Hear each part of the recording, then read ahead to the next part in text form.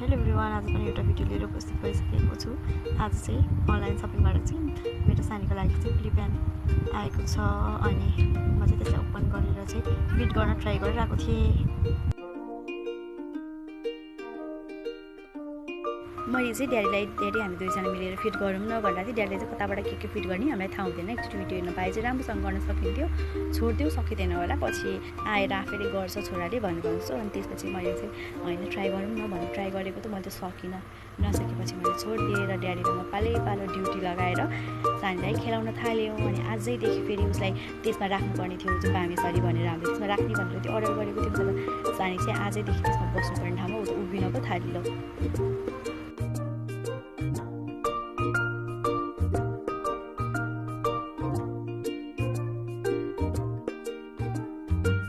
अनि म चाहिँ सानीसँग खेलेर बसिरहेको थिएँ। ऊ चाहिँ आजैदेखि फेरि हेर्ने चल्ने गरेको थिएँ। अनि बेलुका चाहिँ सानीको बाबा आएछ अनि हामी दुईजना मिलेर चाहिँ यो फ्लिप प्यान्टलाई फिट गर्न थाल्यौँ।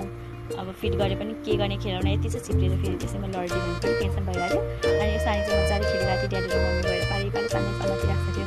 हामी दुईजना चाहिँ फिट गर्न थाल्यौँ अनि म चाहिँ कताबाट कता हालेर बसिरहेको थिएँ।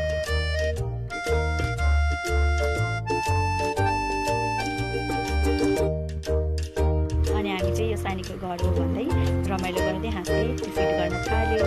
फिट गर्न पनि धेरै नै टाइम लाग्दो रहेछ, त्यो धेरै सामान भएको भएर। अनि फिट गरेर सानीलाई कति बेला चाहिँ त्यसमा खेलाउँ जस्तो भइसकेको थियो। मलाई फिट गर्न एकदमै धेरै टाइम लाग्यो। त्यसपछि हामीले फिट गरेर पनि फाइनल्ली भ्याइन लाग्यो।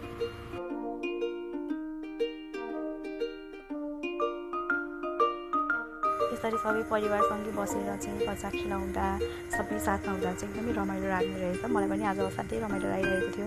घरि ड्याडी सानीलाई खेलाउने, घरि मम्मी सानीलाई खेलाउने, कहिले म खेलाउने, कहिले चाहिँ सानीको बाबाले सानीलाई खेलाउने गर्दाखेरि चाहिँ यत्तिकै रमाइलो लागिरहेको थियो। ऊ पनि सबैसँग माने एकदमै ज्ञानी भएर बस्दिन्छे।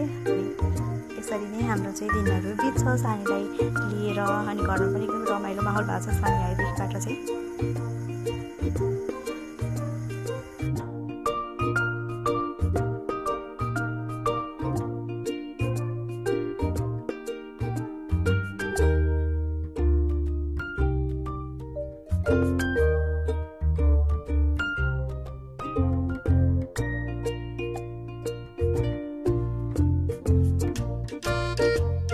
फाइनली यो चाहिँ बनाएर फिट गरेर चाहिँ रेडी भयो। अनि मैले चाहिँ हतार पानीको म्याटहरू उछालेर खेल्नुको लागि लिएर उसलाई राखिसकेको थिएँ। त्यसरी नै आजको दिन के थाली। Thank you for watching.